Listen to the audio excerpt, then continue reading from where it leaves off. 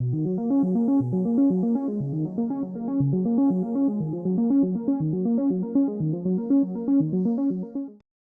everyone, and welcome back to IDW's Creator Spotlight. I'm Sam Maggs, and I have the absolute honor of being joined by the great creator, Livio Ramondelli. Hi, Livio. Hi, Sam. Thanks for having me. Thank you so much for joining us. We are here today to talk about your new book, The Kill Lock, which is out right now. What can you tell me about it? Yeah, I can say so. It's a sequel to the first series, which came out in 2020, and it's sort of an R-rated Pixar film. I like to say it. It's four characters that were very different from different walks of life linked together, where if one of them dies, they all die. So it's sort of like a robots on the run kind of story. And the sequel picks up directly after the events of the first one. Amazing. And so, how does this sequel differ from the first book? What can we expect to see that's new? I can say that the sequel, the big premise of the sequel is this notion of if you had both the kind of mind and the might to rewrite civilization around you and all the faults that you see in it, would you make something better, or would your own impulses be just as bad as what came before you? So that's really the kind of central theme. And there's new characters that arrive. We get to see more of kind of like the underworld of this universe and what the kind of the security forces are like in it. That's a really interesting question. If you had the ability to like remake the world, what would you do? God, I've thought about it, and I think it should not be one person. I think there's a reason you want much smarter people than you in the room with you, like. That means, you know what? Your answer to that makes me trust you. I Thank you. like Thank that. you. Yeah. Yeah, that's good. I'd be like free ice cream for everyone or something. Oh, It well, would just be that's a policy of mine. Yeah. Yeah. perfect. Put me in the room. Yeah. Excellent. So I'm a comic book writer. I can't draw to save my own life, but you for the Killock, you both write and illustrate the comic. Tell me what that's like. What is your process like? Do you start with a script? Do you sort of storyboard?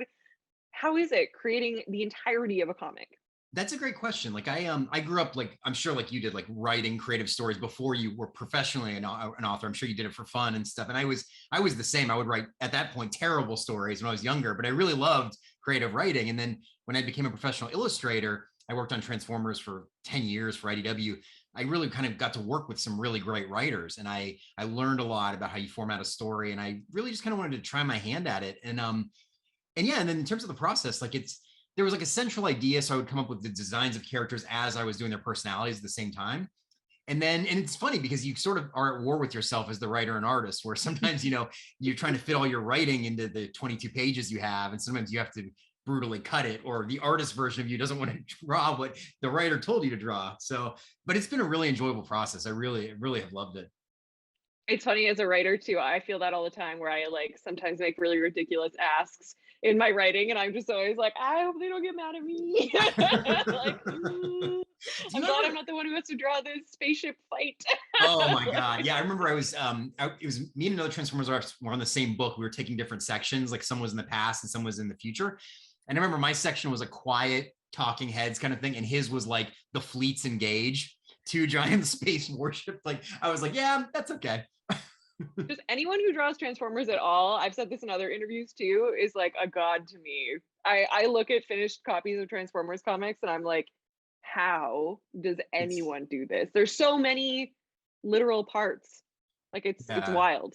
It's Yeah. it's challenging because it's like even the thankless kind of scenes, like characters walking down a hallway, that's still a lot of kind of pencil mileage to Yeah. put in and all the detail and stuff. And like you're not even drawing that memorable of a scene, really. But Yeah. yeah, A lot of work goes into it. It's funny yeah, as a writer, I fully recognize that I am 100% disposable in comics because I think that really. all artists have the ability to do what I do, but I don't think I would ever have the ability to do what artists do. So I'm always like, I'm just happy to be here. Like, Oh no, I think your body of work speaks for itself. oh yeah, go Yeah. on, go on. This is not about me, but I'm just saying I think it's really impressive what you do. I think that's incredible. So Well, love to see more original I content from mean, you you. too, like how prolific you are as a writer. Like I struggle. Like I have maybe two other ideas I want to work on that I feel are even remotely interesting. And I'm sure you have 1,000 of things that you could just go, right? Like I can only imagine you do. It's interesting. The part of writing and creating that I've always struggled with the most are ideas. I've Ah, never been an idea guy. I'm great at executing, uh-huh. and I struggle the most with ideating. So, Interesting. Yeah, yeah, I feel like, well, I think that's why I work in IP so much because it's like sure. but yeah, it is interesting. And I think that's why it's also interesting to talk to someone else who's worked in IP a lot on Transformers and now has moved into also doing creator, like original creator content. Um, what do you find are the different challenges between That's a those two? That's a great question. I mean, I think the freeing thing that I love is that it's your own universe. So you can do whatever you want, and you can not only surprise people because you can kill any character you want. You can make anything happen. Then the flip side is that, especially these days, there's so much content out there that getting a new IP out there that you created and getting it to resonate is difficult. You want eyeballs on it, and there's a lot of competition out there of stuff. So I will say that everyone is looking to comics these days, though, for the most original creative idea and IP making. So, and I think the Killock is definitely a part of that, which is super, super cool. Do you have a favorite panel from issue one? Huh. That's a good question.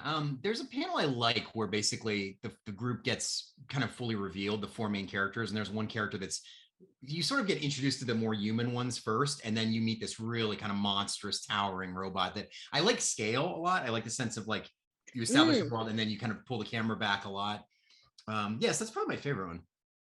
that's really cool. I feel like that's coming at comic writing from an artist perspective as well, which is really neat, and Now, it do you write informs character. with your scripts? Do you call it specific angles, or do you leave some open to the artist generally? Sometimes I do. I'm the kind of writer who likes to leave things really open to my artist because I recognize that like it's a very different skill set. So I tend to be more like impressionistic in my writing and leave things more open. But if an artist comes back and is like, "What are you envisioning for this?" then we can kind of go over it together. But I like to give artists as much autonomy as possible, basically. That's perfect. Yeah, I like working that way too, where it's you have the blueprint of where you're going, but the actual shots you can change around and stuff. And Yes, uh, totally. Because like yeah, I think for a lot of, I mean, and you can verify this or not, but a lot of the time, like you've probably spent a lot more time studying art, angles, cinematography, that kind of stuff than I have, even though like I spent a lot of time thinking about story. They're two sure. very different things. Absolutely. Yeah, that was interesting. I was talking to a friend of mine the other day, and because I grew up like loving science fiction and nerd stuff, and my friend's a writer, and I thought I had read a lot of sci-fi stuff my entire life, but when you talk to someone like that, like a full writer, the amount of stuff that you have just like accumulated inside, and all the stuff you've read is like it's massive. And I was shocked by that because like I thought I like read a lot of stuff, but Yeah. it's funny. It's like they'll reference the most obscure science fiction story, and yeah, it's really interesting. It's so I love seeing what people are influenced by. What were some of your influences for the Killock? I mean, I think Transformers, I don't know if it was like a direct influence, but that kind of, if I was going to do Yeah. my own robot world, what would that be? Ridley Scott Blade Runner is probably my Uh, top visual. I love that movie. I mean, I think you can just watch that movie and become a much better artist across the board. Like the lighting, the compositions, it's so beautiful. So yeah, that's kind of my go-to is generally any Ridley movie, but especially that one. great choice. What kind of fan would you say that the Killock is for?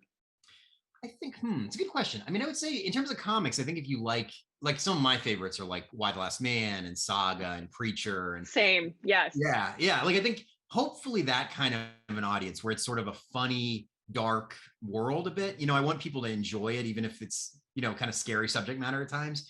So I would say that kind of thing. And then of course science fiction. If you're a science fiction fan, hopefully this is like right in your wheelhouse.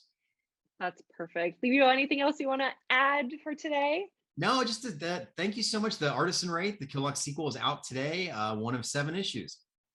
Amazing. Pick up the Killock today from IDW. Thank you again so much for joining us for another Creator Spotlight, and we'll see you next month.